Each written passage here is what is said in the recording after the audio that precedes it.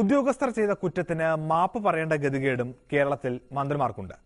ഈ ചോദ്യം ദുസ്സൂചനകൾ നിറഞ്ഞതും മറ്റ് ലക്ഷ്യങ്ങളുണ്ട് എന്ന് ആക്ഷേപിക്കാവുന്ന വിധത്തിലുമാണ് തയ്യാറാക്കിയിട്ടുള്ളത്. മന്ത്രിസഭയിലെ മറ്റ് മന്ത്രിമാരെ പോലെയല്ല MA ബേബി. മറ്റുള്ളവരെ തിരുത്താൻ പാർട്ടി മാത്രമേ ഉള്ളൂ. ബേബിയെ തിരുത്താൻ പാർട്ടി മാത്രമല്ല, കുട്ടികളുമുണ്ട്.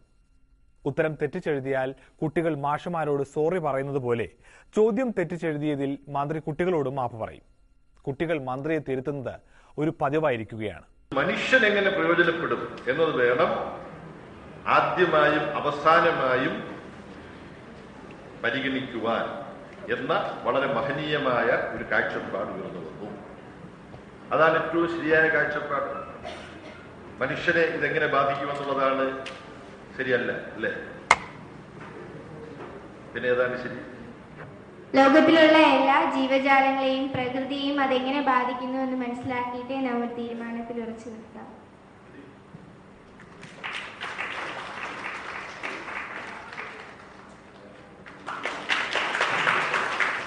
ഇത്തരം അനുഭവങ്ങളെ തുടർന്ന് ചോദ്യങ്ങളിൽ സമൂലമായ മാറ്റമാണ് മന്ത്രി ആലോചിക്കുന്നത്. പുസ്തകത്തിൽ പാഠഭാഗം ചേർത്താലും ചോദ്യപേപ്പറിൽ ചോദ്യം ചേർത്താലും രാഷ്ട്രീയം ആരോപിക്കുന്നവരാണ് ചുറ്റിലും. അതുകൊണ്ട് അടുത്ത പരീക്ഷയ്ക്ക് രാഷ്ട്രീയം സംബന്ധിച്ച ചോദ്യങ്ങൾ വ്യത്യസ്തമായ രീതിയിൽ മന്ത്രി തയ്യാറാക്കിയിട്ടുണ്ട്.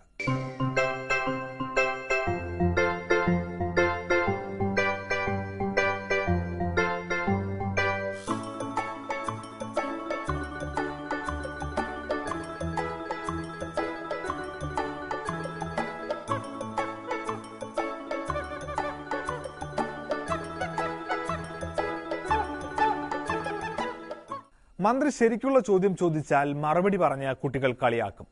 തെറ്റായ ചോദ്യം ചോദിച്ചാൽ വിമർശിച്ച് വഴിക്കാക്കും. എങ്കിൽ പിന്നെ ഒരു വഴി പറഞ്ഞു തരാം. സ്വയം ചോദിക്കുക, സ്വയം ഉത്തരവും പറയുക. ആരും വിമർശിക്കില്ല, കളിയാക്കുകയുമില്ല. പന്നിൻ രവീന്ദ്രൻ ചെയ്യുന്നത് അങ്ങനെയാണ്. 1952 തെരഞ്ഞെടുപ്പിൽ കോൺഗ്രസ് എടുത്ത സീറ്റ് മതിയോ? 357. 2004 147. എത്ര കുറഞ്ഞ്? 240. ഭൂരിപക്ഷം എത്ര വേണം? 223. കയ്യുണ്ടോ? ഇല്ല. കോടിയുണ്ടോ? ഇല്ല. എല്ലാം കൂടി എത്ര? 218. മുമ്പിലാരാ? ചിദംബരം. ആരാ? ധനകാര്യമന്ത്രി. പിന്നെ ആരാ? രാജാരാ കമ്മ്യൂണിക്കേഷൻ മന്ത്രി. പിന്നെ ആരാ? പളനിമാണിക്കം. ആരാ? ധനകാര്യ സഹമന്ത്രി. പിന്നെ ആരാ? വേലുമാരാ? റെയിൽവേ സഹമന്ത്രി. എല്ലാം കൂടി എത്ര? 9 മന്ത്രിമാർ. എല്ലാ മന്ത്രിമാരും ഒരുമിച്ച്. നമ്മുടെ കേരളക്കാരിലെ അതെ കേരളത്തിലെ മന്ത്രിമാരിലെ 2. എത്ര മന്ത്രിമാർ? 3. ഒന്നാരാ? AK ആന്റണി. അയാളോ നമ്പർ 2 ആണ്. പിന്നെ ആരാ? വയലാർ രവി. വേറെ ആരാ? E അഹമ്മദ്. അയാളോ ഫുള്ളായിട്ടില്ല. കാരണം എന്താ? സഹമന്ത്രിയാണ്. ആരെങ്കിലും വരുമോ? ഇല്ല. ഇതുവരെ ഒന്നും ആരെങ്കിലും ഇല്ല. ആരെന്താ പറഞ്ഞത്? കേരള ഗവൺമെന്റ് കൊറ്റാണ്. ആരായി കൊടുക്കുന്നത്? കേന്ദ്രം. കൊച്ചാർക്ക്? കേരളത്തിന്. ആരാ കേന്ദ്രം ഭരിക്കുന്നത്? ഓൻ തന്നെ. ആര്? കോൺഗ്രസ്. പറയുന്നാരാ? കോൺഗ്രസുകാരൻ. ഓൻ ഇങ്ങോട്ടെന്താ പറഞ്ഞത്? കൊടുക്കണ്ടെന്ന്. ഇവരെന്താ പറഞ്ഞത്? ഇവരെ കുറ്റാണ്. തെറ്റുതിരുത്തി കഴിഞ്ഞിട്ടും CPMന്റെ മുന്നിലെ പ്രധാന പ്രതിസന്ധി എന്താണ്? മോർഫിംഗ് ആണ് പാർട്ടിയെ തകർക്കാനിറങ്ങിയിരിക്കുന്നവരുടെ പുതിയ ആയുധം.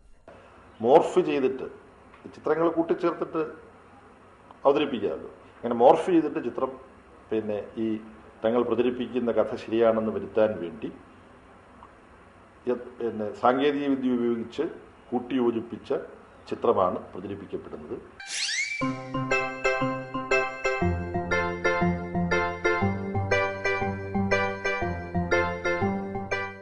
അത് മുഴുവൻ 100% കെട്ടിച്ചമച്ച ഒരു സംഭവമാണ്. ഞാൻ അതിനെക്കുറിച്ച് അന്വേഷിച്ചു.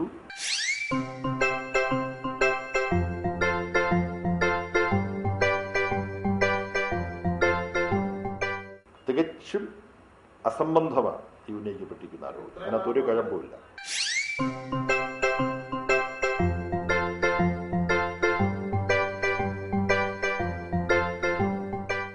എന്തു പറഞ്ഞിട്ടും രക്ഷയില്ല. മോർഫിംഗ് സിൻഡിക്കേറ്റ് പണി തുടരുകയാണ്. ആ സിൻഡിക്കേറ്റിന്റെ ഏറ്റവും പുതിയ സൃഷ്ടിയിലേക്ക്.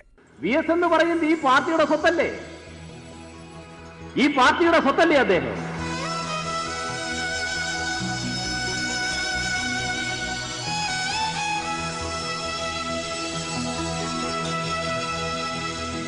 എന്തു പറഞ്ഞാലും നീ എന്റേതല്ലേ വാവേ,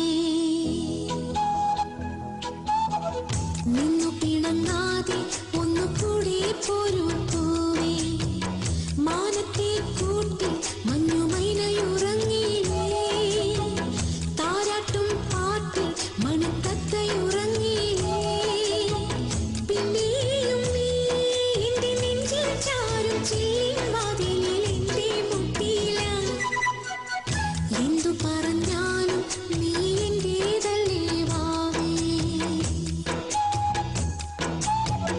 നിന്നു പിണങ്ങാതെ ഒന്നുകൂടെ പോരൂ പൂവേ, മാനത്തെ കൂട്ടി മഞ്ഞുമൈനയുറങ്ങിയില്ലേ, താരാട്ടും പാട്ടിൽ മണിത്തത്തയുറങ്ങിയില്ലേ, പിന്നെയും നീ എന്റെ നെഞ്ചിൽ ചാരും ചില്ലിവാതിലിൽ എന്റെ മുട്ടിയില. 5 അപ്പം മതി 5000 പേർക്ക് വയറ് നിറയാൻ. 3 സീറ്റിലെ തെരഞ്ഞെടുപ്പ് മതി ഒരു നാടിന്റെ രാഷ്ട്രീയം ചൂടുപിടിക്കാൻ. എന്തിന്? കണ്ണൂർ പോലെ ഒരൊറ്റ ജില്ലയും അതിലെ രാഷ്ട്രീയക്കാരും മതി ഒരു സംസ്ഥാനത്തെ വാർത്താ ദാരിദ്ര്യം തീർക്കാൻ. വിദ്യാഭ്യാസ വകുപ്പ് പോലെ ഒരൊറ്റ വകുപ്പ് മതി ചോദ്യങ്ങൾ ചോദിച്ച് മനുഷ്യനെ വെറുപ്പിക്കാൻ. അധികമാകുന്നതിൽ കാര്യമില്ല എന്നാണ് ഈ പറഞ്ഞതിന്റെയൊക്കെ അർത്ഥം. അധികമാക്കുന്നില്ല. നിർത്തുന്നു. നമസ്കാരം.